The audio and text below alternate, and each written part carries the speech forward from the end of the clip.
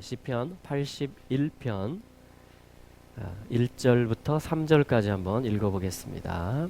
시편 81편 1절에서 3절 시작. 우리 능력 되신 하나님께 높이 노래하며 야곱의 하나님께 즐거이 소리할지어다. 시를 읊으며 소고를 치고 아름다운 수금에 비파를 아우를지어다. 월삭과 월망과 우리의 절일에 나팔을 불지어다. 아멘. 4절에 이것은 이스라엘의 율례요 야곱의 하나님의 규례로다. 아멘. 3절에 보면 이 월삭, 그렇죠, 초하루를 말합니다. 달이 다 금음에 의해서 없어졌다가 다른 진리를 나타내거든요. 그래서 다시 생겨지는 거. 그래서 초하루의 달, 월삭달이라고 그러죠. 보일락 말락 하지만 보인다는 거죠. 그래서 이게 기쁨이 되는 겁니다. 왜냐하면 하나님께서 생명에 관한 일을 회복하신다. 진리에 관한 일을 포기하지 않으시고 계속 하고 계시다. 그런 메시지가 뭐냐면 바로 이 월삭의 기쁨입니다. 그래서 이 월삭 때에는 여기 나와 있는 대로 월망과 함께, 월망이라는 것은 보름달을 이야기하는 것입니다. 그리고 절일이라는 것은 모아딤, 그래서 절기들, 이스라엘의 명절들을 이야기하는 거죠. 그래서 월삭, 월망, 또 우리의 절일들에 뭐라고 그랬죠? 나팔을 불지어다 그랬습니다. 이걸 알리라는 거죠. 이 기쁜 소식을 하나님께서 그의 나라에 관한 또 예수 그리스도를 왕 되시게 하고 모든 이들에게 샬롬을 주시는, 만유를 회복하시는 그 일을 하고 계시다라는 표시가 뭐냐면 이런 사인들이에요. 보름달도, 왜냐하면 진리가 충만한 거기 때문에. 그리고 절기들은 또 각각의 계시들이 있고 또 이 매 초하루 월삭이 바로 그 날입니다. 그래서 이 말씀에 의지해서 나팔을 한번 불겠습니다. 할렐루야. 오늘은 특별히 8번째 달 불월이라고 합니다. 말기스완 월이라고 하기도 하고 헤스반 월이라고도 하는데, 원래 이름은 성경에 열왕기상 6장에 나오는 대로 이 불월이에요. 그래서 8번째 달에, 팔은 어떤 걸 뜻하죠? New beginning, 새로운 시작을 뜻합니다. 그래서 새로운 시작, 월삭에 들어온 겁니다. 지금 저녁이 되었기 때문에. 그래서 우리 주님의 시간, 또 주님의 경륜, 주님의 일관되심, 주님의 신실하심을 인해서 저희들이 믿음으로 화합하고 또 기쁨으로써 이 나팔을 불어서 오늘 월삭임을 알립니다. 할렐루야.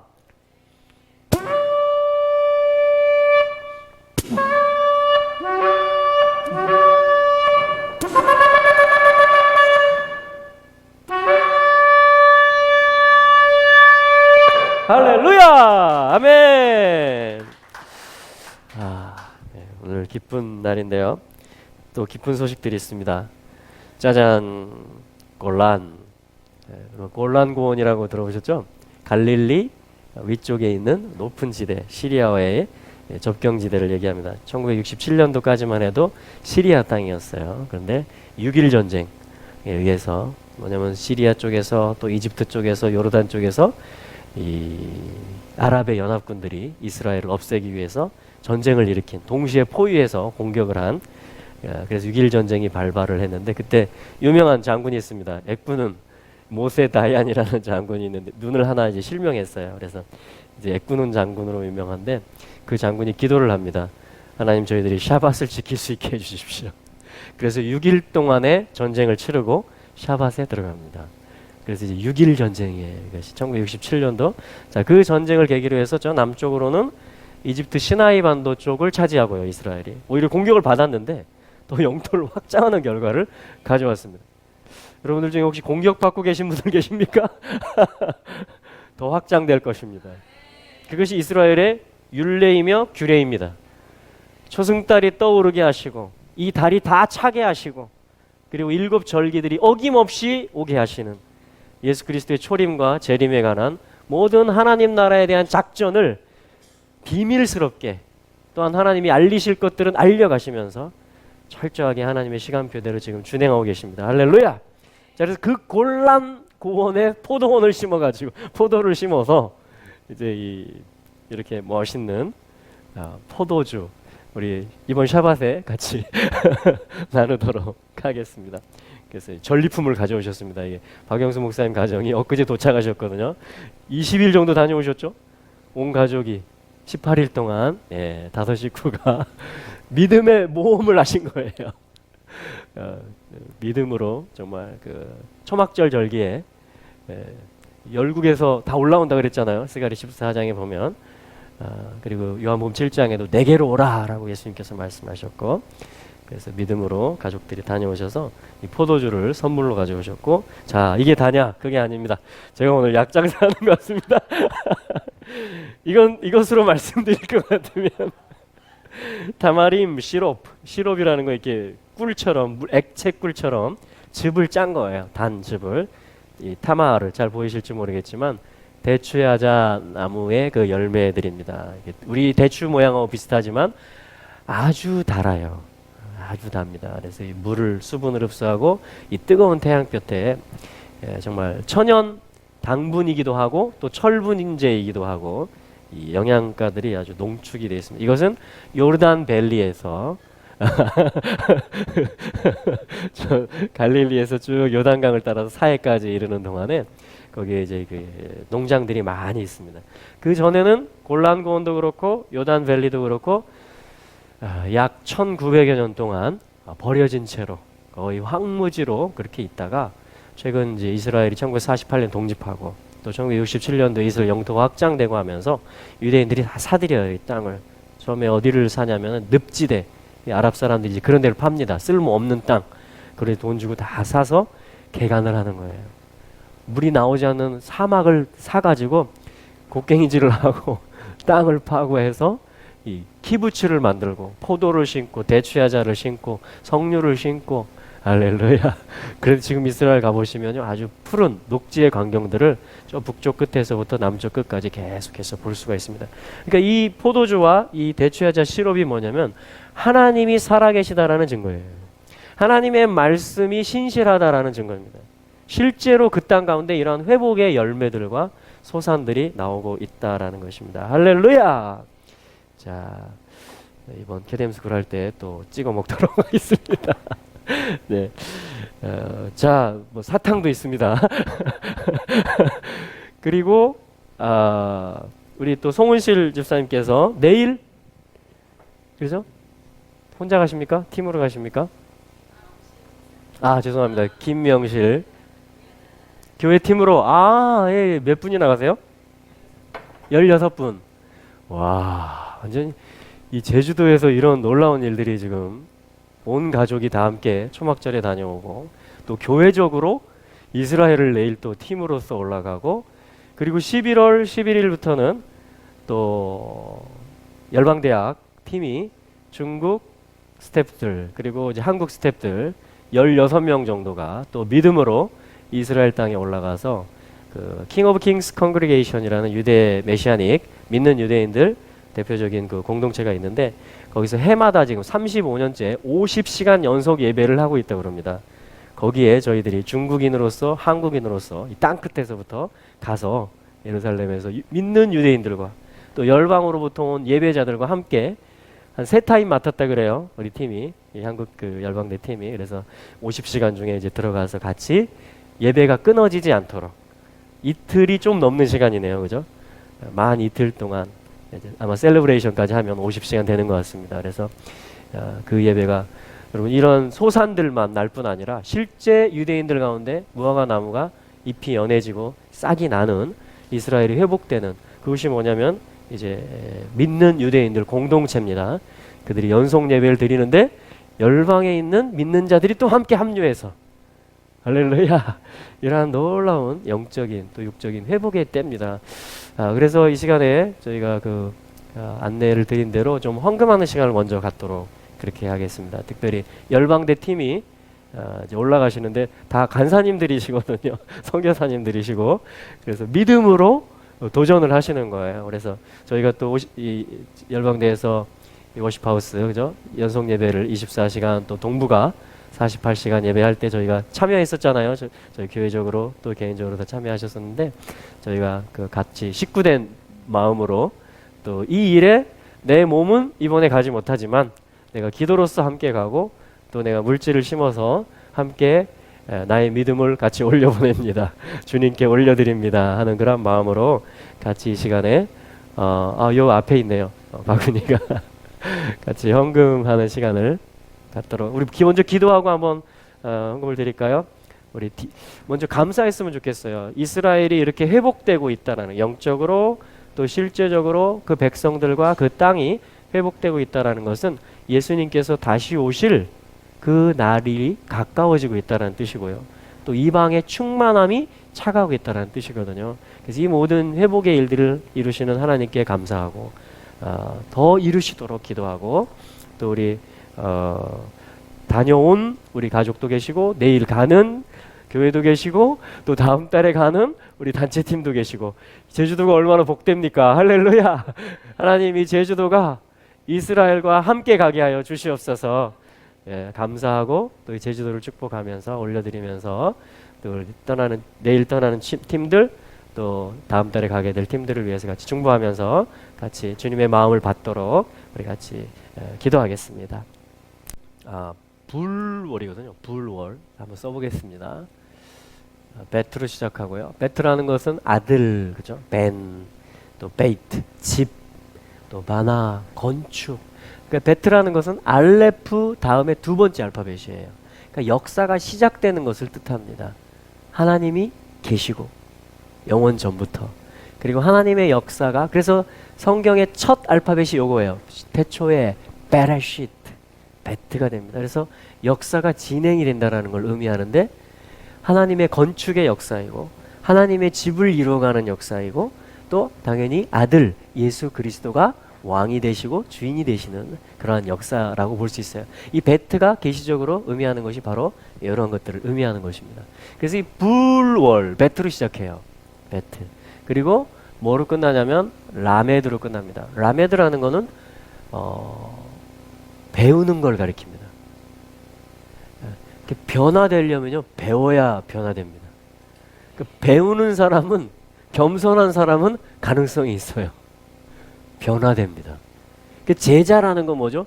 이게 라메드가 뭐냐면 12번째 알파벳이에요. 이 순서상 이 베트가 두 번째 12하면 제자의 숫자죠. 그래서 뭐냐면 훈련을 받는 것입니다. 배우는 거. 배우면 어떻게 되죠? 또 가르칠 수 있어요. 이게 라메드가 다 이야기하는 것. 제자도의 어떠한 알파벳. 그래서 이 아들을 훈련한다. 베트는 아들이죠. 라메드는 훈련하고 배우는 거죠. 그래서 아들을 훈련한다. 그러면 이게 토라의 창세기 시작하는 글자고 베트가 알파벳. 신명기 마지막 이스라엘에서 라메드로 끝납니다. 그래서 토라의 시작하는 알파벳과 마지막 알파벳이 베트 라메드예요. 이게 어떤 집을 이루는 아들이 주인 되는 건축의 어떠한 일이다라는 것이 하나님의 집을 건축하는 설계도 그것이 이제 토라라고 할 수 있어요. 근데 이제 거꾸로 라메드 베트 하면 레브가 됩니다. 레브 하면 좀 심장, 마음을 뜻해요. 우리 중심을 뜻합니다. 주님이 감찰하시잖아요. 중심을 감찰하시잖아요. 그걸 레브라고 합니다. 레브.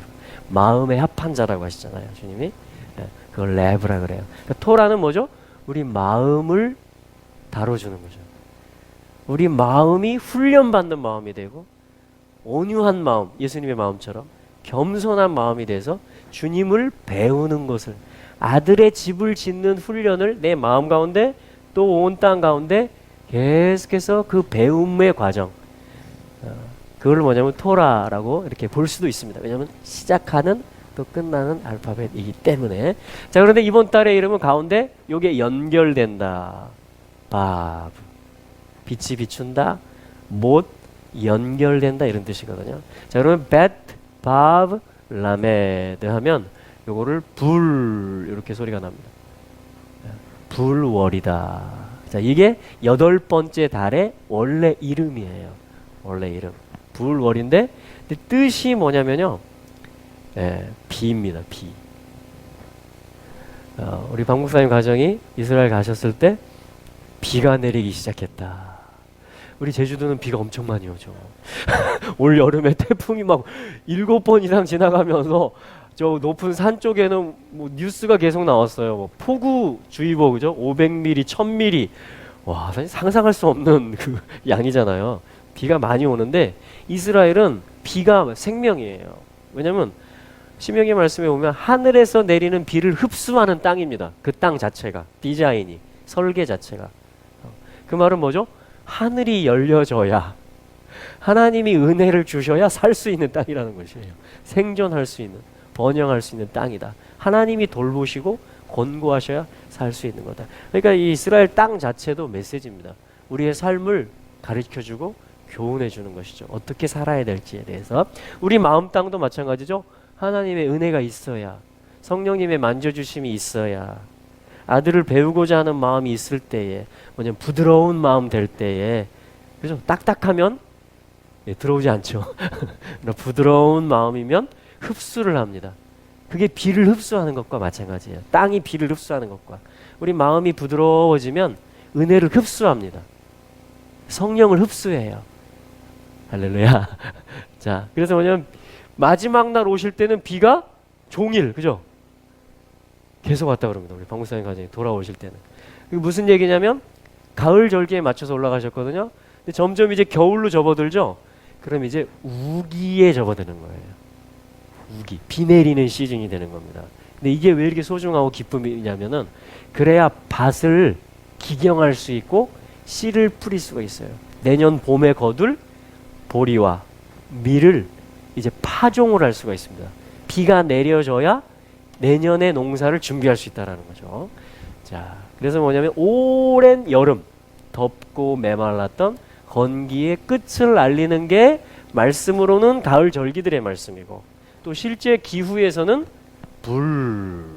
비가 내리는 겁니다. 그래서 이 달의 이름이 불월인 것은 우연히 그렇게 맞춰진 게 아니고 하나님의 정확한 기후적인 그 타이밍, 물론 영적인 의미를 담아내겠죠. 그래서 비, 특별히 많은 양의 비, 복된 장마비, 에스겔서에 보면 그런 말이 나와요. 복된 장마비를 주님이 내려주셔서 이 땅이 번성하기를, 뭐 이런 말들이 나오거든요. 그래서 비, 소나기. 자, 비가 내리고 많은 양의 비, 소나기가 내리면 어떻게 되죠? 물이 넘치게 되고 흐르게 되는 역사가 있습니다. 자, 이게 뭐냐면 불의 뜻이에요. 물이 충분해지는 겁니다. 농사지을 준비가 되는 거예요. 기후적으로는 그래서 이제 이 비를 뭐라고 하냐면 이른 비라고 합니다. 이른 비. 이른 비는 파종을 할 수 있게 도와줘요. 그게 이제 10월, 이때 이제 9월, 10월 이때 내리는 거고요. 가을 절기에. 그리고 이제 겨울비가 있어요. 늦은 비 전에. 자, 세 가지 종류의 비가 있는데 이른 비, 그게 지금 내리는 비입니다. 파종할 수 있게 도와줘요. 그 다음에 겨울에 12월, 1월. 자, 우리 제주도에서 귤 따는 철입니다. 이때가. 그때 이 겨울비는 뭐냐면 자라도록 도와줍니다. 우리 그 바울이 고린도서에서 이런 말 하잖아요. 나는 심었고 아볼로는 물을 주었으되 하나님은 자라나게 하셨나니, 이런 말 하죠. 이게 뭐냐면 다 이 어떤 이 기후, 시즌, 또 불월과 앞으로 있게 될 겨울의 시즌. 이 겨울은 어떤 시즌이에요? 지금 가을 겨울의 시즌은 자, 이른 비를 통해서 씨를 심는 시간, 겨울 비를 통해서 자라나는 시간, 그리고 이제 내년 봄 2월 3월이 되면 3월 말 4월 5월이 되면 보리추수 밀추수의 시즌이 되거든요. 그때는 이제 봄절기 6월절 오순절의 시즌이 돼요. 그러니까 그 전에 늦은 비의 시즌이 있습니다. 이른 비, 겨울 비, 늦은 비는 뭐냐면 이제 이 뭐죠? 알맹이가 충실하게 찰 수 있는 수분과 양분을 공급해 줍니다. 그러니까 결실케 하는 거예요. 늦은 비는. 자, 모든 것이 완벽하게 하나님이 세팅을, 디자인을 해 놓으신 것입니다. 그래서 불월은 비가 내리는 시즌이 시작되는 것입니다. 할렐루야. 그러니까 이 불월의 월삭을 알리는 나팔이 불려지면 온 국민이 다 어떻게 하겠어요? 와! 이렇게 하는 것이. 어김없이 하나님이 은혜의 비를 내려주시는 때가 왔다. 자, 내년 농사를 준비하자. 땅도 갈아엎자. 우리 마음도 기경하자. 이렇게 하는 것입니다.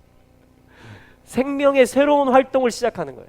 새로운 농사의 주기를 시작하는 것입니다. 그래서 8번째 달이고, 그리고 뭐냐면 새로운 시작을 의미하는 것이며, 이때 열왕기상 6장에 보면 솔로몬이 7년 동안에 꽉 찬 거죠. 언약이 꽉 찬 거잖아요. 7년 동안의 성전 공사를 마치니라. 이 불월에. 그리고 이제 봉헌식을 하게 되는 그것이 바로 이 불월에 있게 된 일입니다. 그리고 이 불월에는 어떤 일들이 또 있냐면은 부수적으로 이제 빗물을 그냥 낭비할 수가 없어요. 너무 귀하기 때문에 이걸 식수로도 쓰고요. 또 여러 용수로 쓰기 때문에 어떤 작업을 해야 되냐면은 빗물이 모아지도록 물길을 만듭니다. 높은 산이라든가 언덕이라든가 거기서 물이 막 비가 오면 어떻게 얘네가 흘려서 쫙 낭비되겠죠. 그러니까 물길을 파는 거예요. 이렇게 슉슉슉슉슉슉슉슉슉 해가지고 비들이 소모되지 않고 그대로 슉슉 흘러가지고 수조 물탱크에 저장이 되도록 거기 이제 시스턴에 이렇게 우리식으로 하면 뭐죠?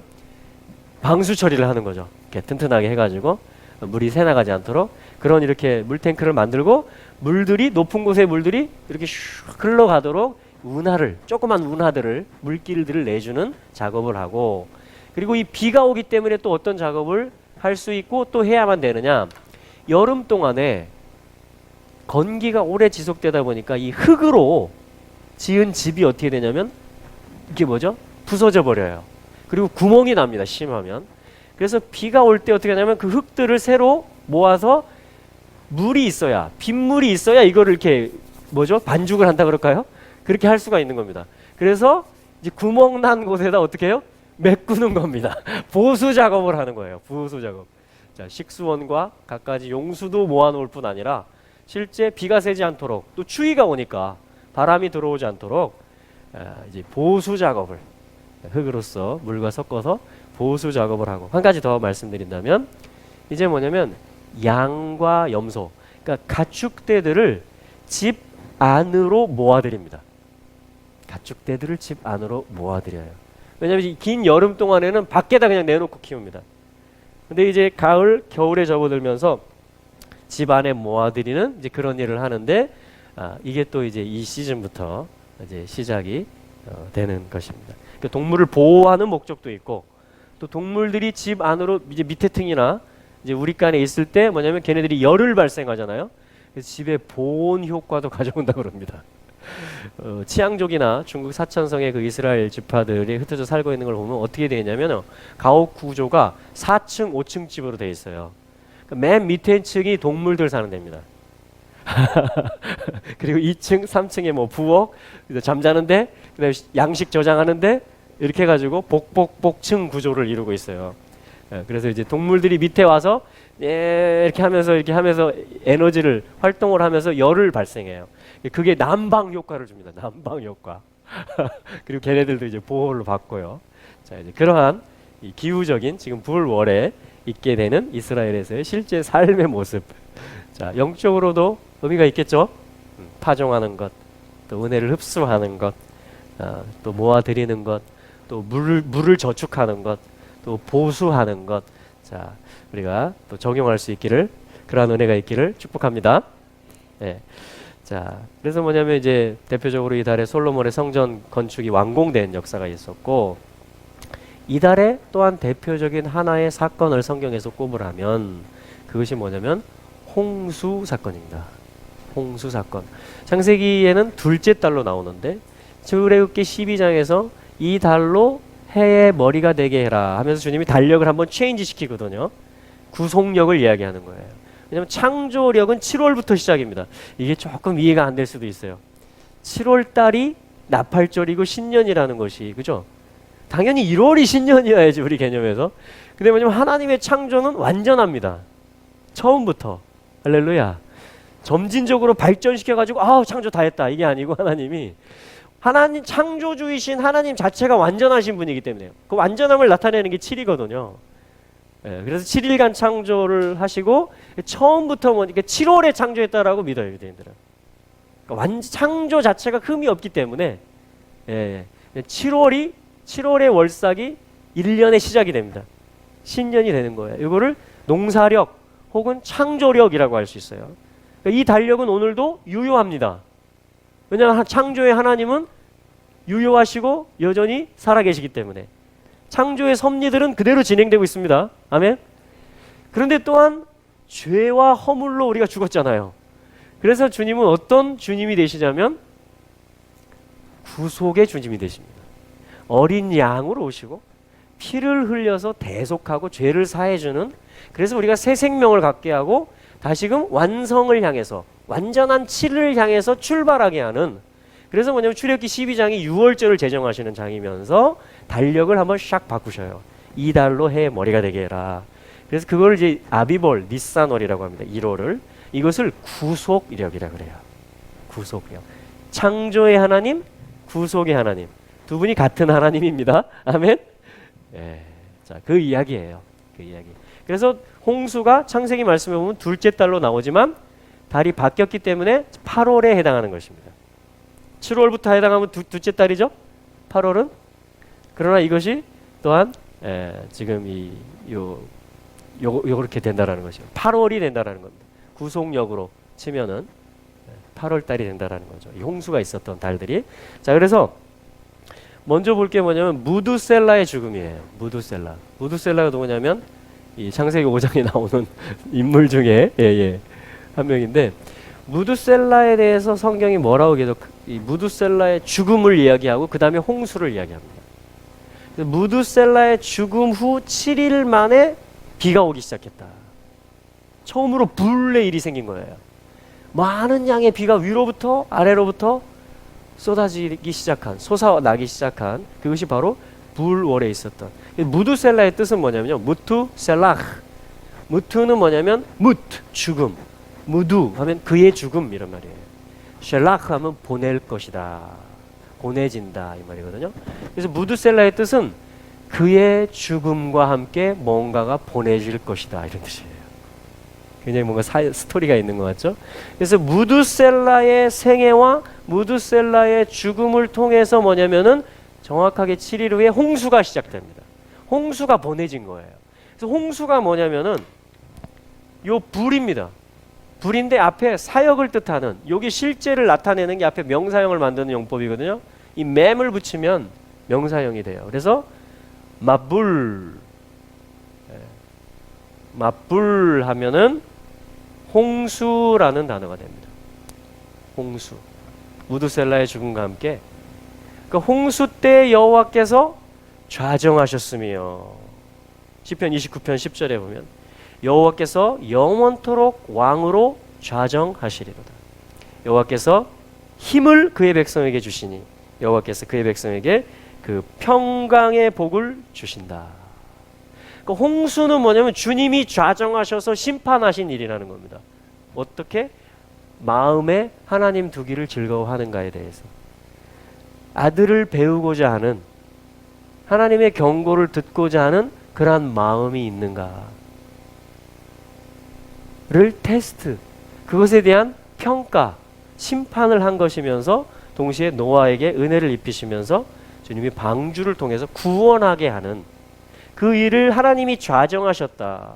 그러니까 홍수의 일, 이 마불의 일은 하나님이 경영하셨던 일이고 하나님이 영원토록 왕이 되시는 일에 대한 어떤 메시지이고 예표적인 사건이다 라고 시편 29편 10절 11절에서 말씀하고 계신 것입니다. 그래서 하나님을 의지하는 백성, 하나님의 마음을 쫓는 백성, 이 불의 삶을 사는 백성, 그 마음에 항상 은혜를 받는 자들, 그 심령에 촉촉한 어떤 가랑비, 이슬비, 소낙비의 은혜가 있는 자들, 아들의 형상을 닮아가고자 하는 자들을 하나님이 평강의 복을 주신다. 하나님이 그들에게 힘을 주신다. 자, 이것이 지금 시편에서 홍수를 어떻게 보면 주석하고 풀어내고 있는 노래가 되고 계시적으로 풀어내고 있는 것입니다. 자, 그래서 이 불월 8번째 달은 홍수의 달입니다. 자, 무두셀라의 죽음이 있었죠. 그리고 방주로 들어갔죠. 그리고 또 7일 만에 비가 내리기 시작했죠. 그리고 이 홍수 사건이 시작된, 이 홍수의 심판이며 구원이 시작된, 그리고 1년 7일 만에 1년 10일 만에 홍수가 끝난 것도 바로 이 불월이에요. 그 불월에 시작해서 불월에 끝납니다. 그 홍수에 관한 모든 메시지는 요 지금 이 8번째 달과 관련이 있어요. 자, 방주에 몇 명이 탔죠? 8명이 탑니다. 자, 같은 메시지예요. 같은 메시지. 그러니까 8명이라는 것은, 그래서 우리 배선자, 그죠? 한자에 보면 배 주자에다가 8개의 입이 있다. 이게 배선자가 돼요. 그러니까 창세기의 홍수 이야기, 마블의 이야기를 아는 사람들, 그걸 전해 들은 사람들, 경험한 사람들이 만들어낸 게 한자라는 증거 중에 하나입니다, 이게. 그래서 8은 뭐냐면은 새로운 시작을 의미하거든요. 왜냐면 모든 것이 다 쓸려갔고 침례를 받아서 땅 전체가 새로운 어떤 번성의 역사, 재단을 쌓으면서 다시금 생육하고 번성하는 역사가 시작된 게 이 노아의 홍수 이야기이기 때문에도 그렇고, 여러 가지 메시지들이 있습니다. 예를 들면 다윗, 그렇죠? 다윗이 몇 번째 아들이죠? 8번째 아들입니다. 안식 후 첫날, 다 8의 메시지죠. 첫날인데 새로운 시작인데 뭐죠? 7이 다 찬 다음에 그 다음 넥스트예요.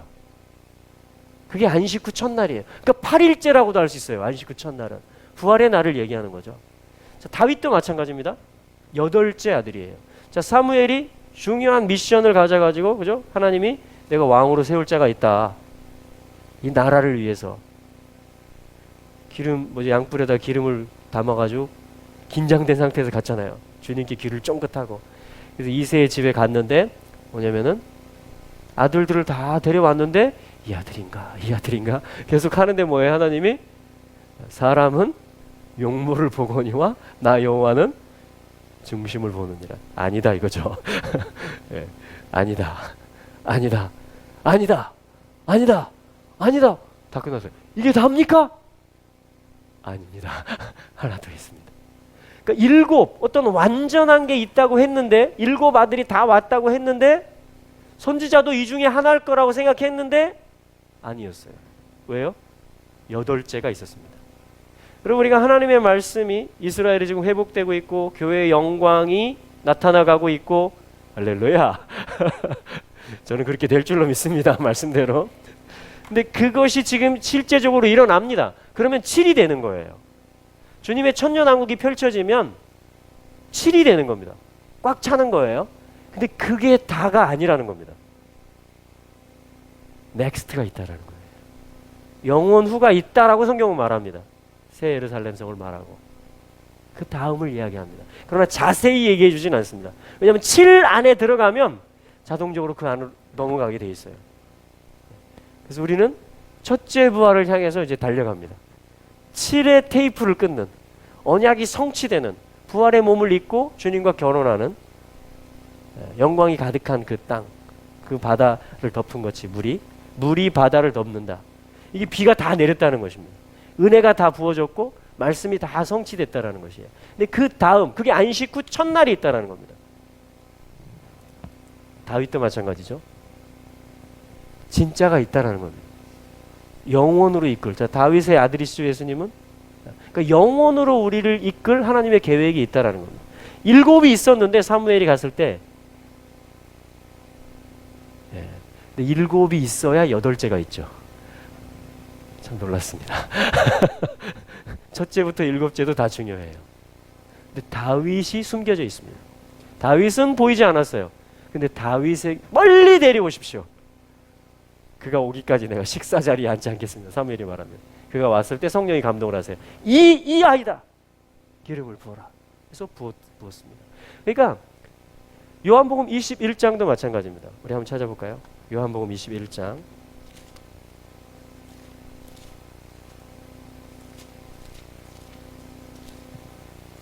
요한복음 21장. 죄송합니다. 20장입니다. 20장. 20장 1절 같이 읽어보겠습니다. 시작. 안식 후 첫날 이른 아침 아직 어두울 때에 막달라 마리아가 무덤에 와서 돌이 무덤에서 옮겨간 것을 보고. 네. 자, 여기 안식 후 첫날이라는 말이 나오죠. 네. 이른 아침 아직 어두울 때 이들이 지금 무덤에 있습니다. 아직 어두워요. 안 보여요, 예수님이. 안 보여요. 무덤에도 봤는데 안 보여요. 예수님을 누가 훔쳐간 줄 알았어요. 그렇죠? 그래서 슬펐어요. 더 예수님 돌아가신 것도 슬펐는데 누가 또 시신을 훔쳐갔다고 생각한 거예요. 더 슬퍼요. 이게 어떤 상태라고 말합니까? 안 보이는 상태다 이렇게 말합니다. 예수님이 안 보여요. 근데 보세요. 19절에 요한복음 20장 19절 같이 읽어보죠. 시작. 이날 곧 안식 후 첫날 저녁 때 제자들이 유대인들을 두려워하여 모인 곳에 문들을 닫았더니 예수께서 오사 가운데 서서 이르시되 너희에게 평강이 있을지어다. 아멘. 아까 아침에 안 보였거든요. 지금 저녁 때도 안 보이고 있습니다. 하루 종일 찾았는데 못 찾고 있어요. 마치 사무엘이 기름 부음을 받을 아들을 찾고 있었는데 못 찾았던 것처럼 제자들도 여인들도 예수님을 찾아야 되는데 못 찾고 있는 겁니다. 그 결과가 뭐냐면 19절에 두려움이었습니다. 유대인들을 두려워했다. 그 다음에 한 행동이 문을 걸어 잠그는 행동을 합니다. 문을 닫았어요. 자, 우리는 잘 보고 있을까요? 예수님 잘 보고 있습니까? 우리의 오늘 일어난 이번 주에 일어난 일들 중에 이 나라에 또 우리 가정에 어떤 모임에 일어난 일들 중에 예수님 잘 보였습니까?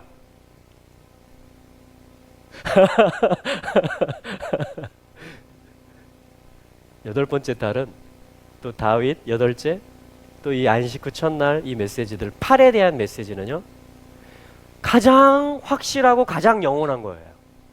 영원후가 될 거예요. 그치지 않는 계속 지속되는 어떠한 그것이 될 것인데 거기 우리 다 들어가겠죠? 아멘. 그런데 지금 선명하게 안 보입니다.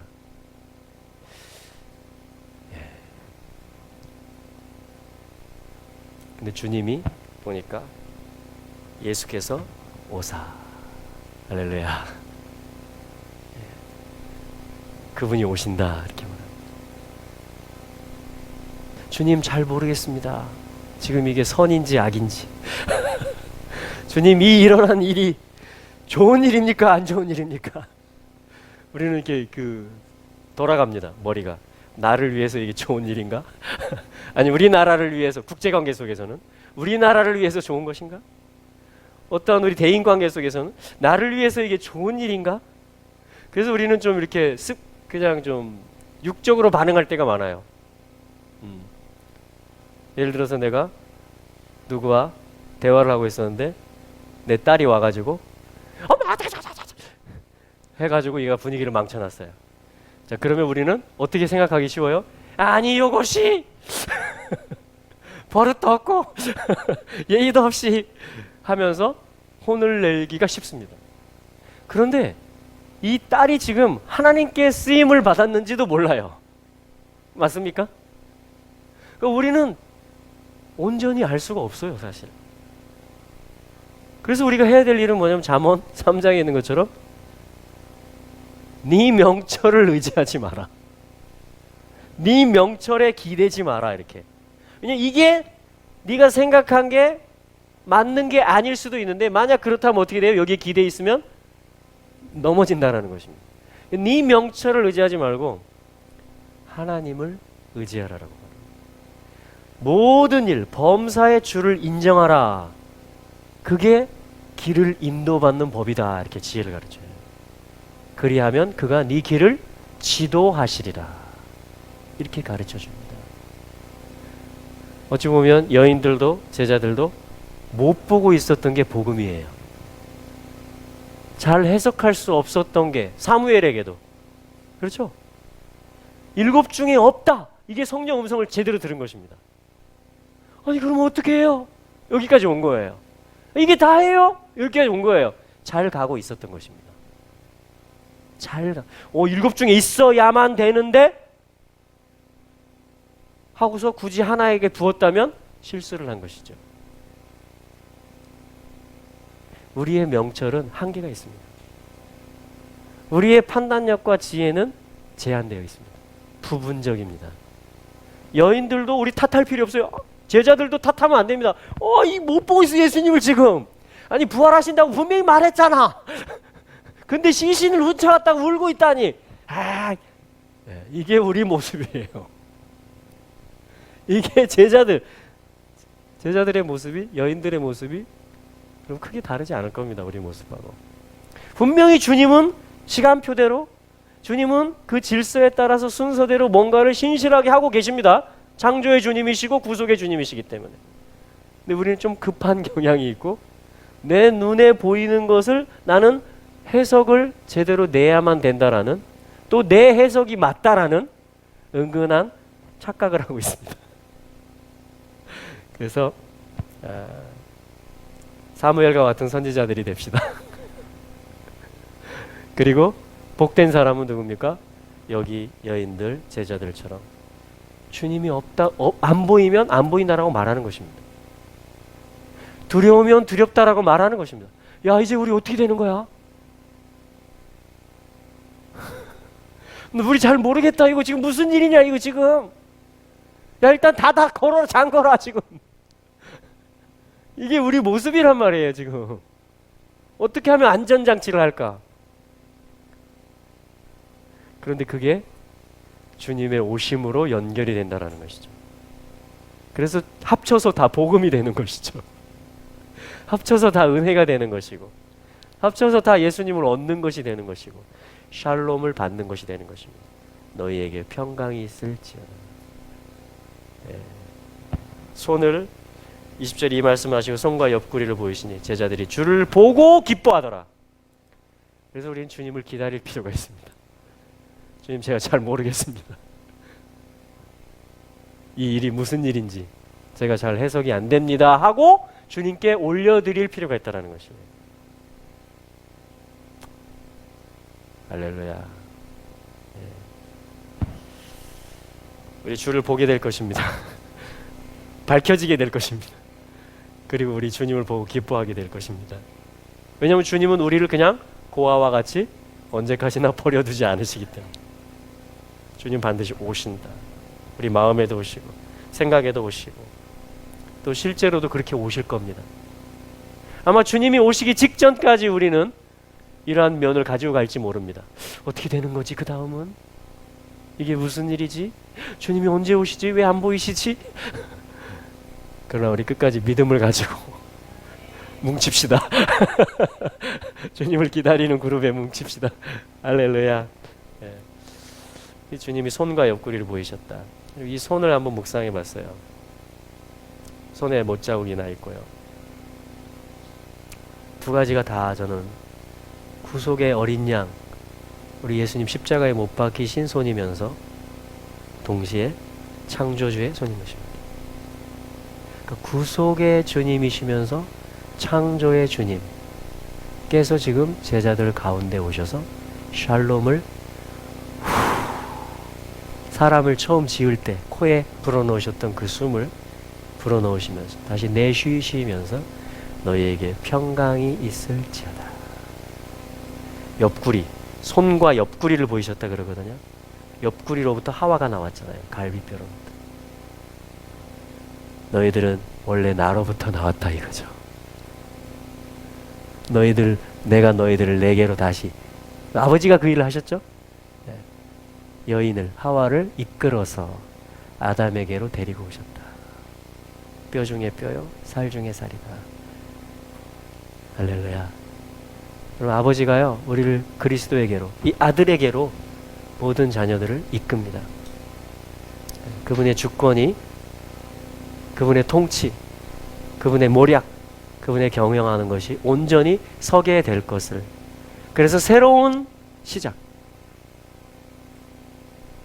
오늘 8번째 달에 월삭, 그렇죠? 주님께서 이 월삭을 또 기억하게 하시고, 여러분 너무 기쁘시죠? 오늘 예배 가운데 얼마나 참 주님이 기름 부어주시고 또 이렇게 말씀을 주시네요.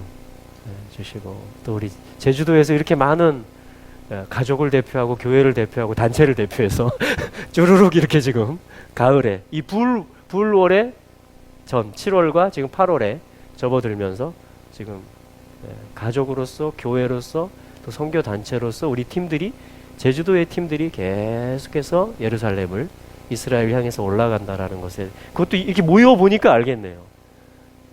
그리고 또 우리가 기도도 하고 가는 팀들을 위해서 또 헌금도 하고 이런 일들이 새로운 시작인 것 같습니다. 새로운 시작. 그래서 하나님께서 이 땅을 사랑하시고 놀라운 계획을 가지고 계신 것 같습니다. 그래서 오늘 메시지는 여기까지 하고요.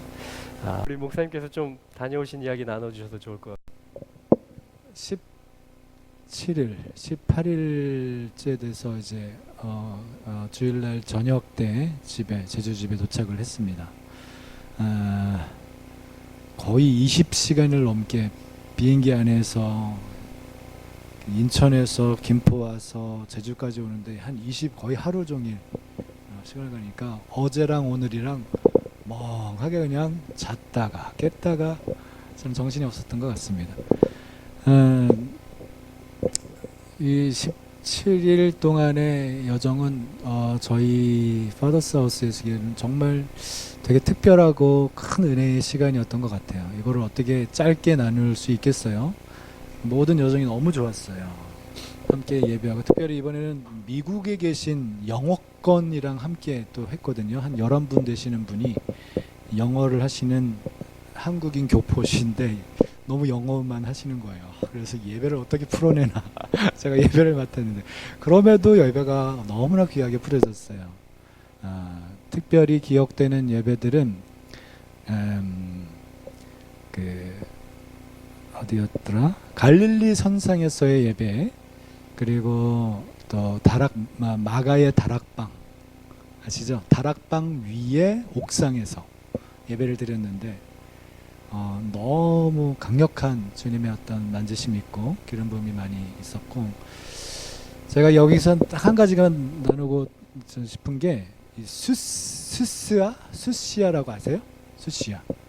수시아라고 거기는 가서 봤더니 아주 큰 그 공동체였어요.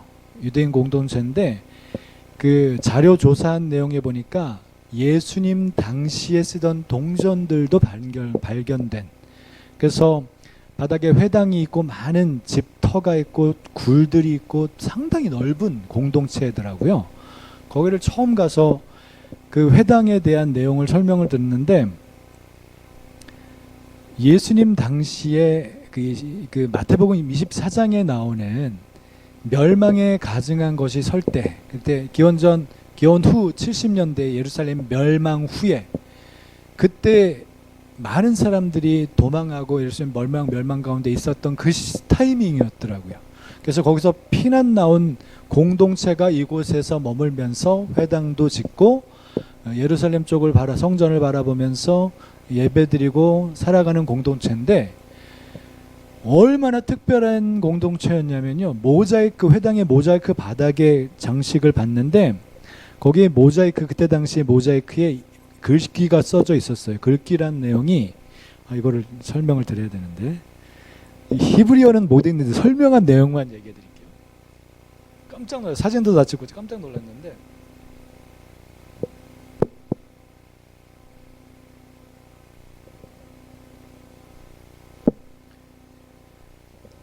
나왔습니다. 거기에 모자이크에 히브리어로 기록되어 있는데, 기록된 내용을 해석하면 영원히 기억하라, 위로자이시며 순교자이시고 증인이신 예슈아를, 그렇게 써져 있었어요. 깜짝 놀랐어요. 아니, 역사적인 자료에는 예수님 시대인데 예루살렘 멸망 시점에 그때 처음인 메시아닉 주가 된 거예요. 그들이 도망쳤잖아요. 멸망에 가증한 것이 그 거룩한 곳에 선 것을 보거든 너희는 도망하라 그랬잖아요. 그래서 피해서 도망 나온 공동체가 거기에 수스와의 공동체를 이뤘던 거예요. 그래서 그 얘기를 딱 해석을 듣는데 제가 완전히 전율이 와가지고요, 깜짝 놀랐어요. 초대 메시아닉 주 공동체인 거예요. 예슈아를 믿는, 이분이 메시아인 것을 믿는 공동체가 피신해 와서 그 시스와라는 공동체 지역을 이뤄서 살아가는데 회당 안에 그 모자이크 이름 옆으로 이렇게 딱 들어갔더니 더 가관할 이게 모자이크 장식들이 있는데 2개의 메노라가 있어요. 가운데 뭐가 있었더라? 사진.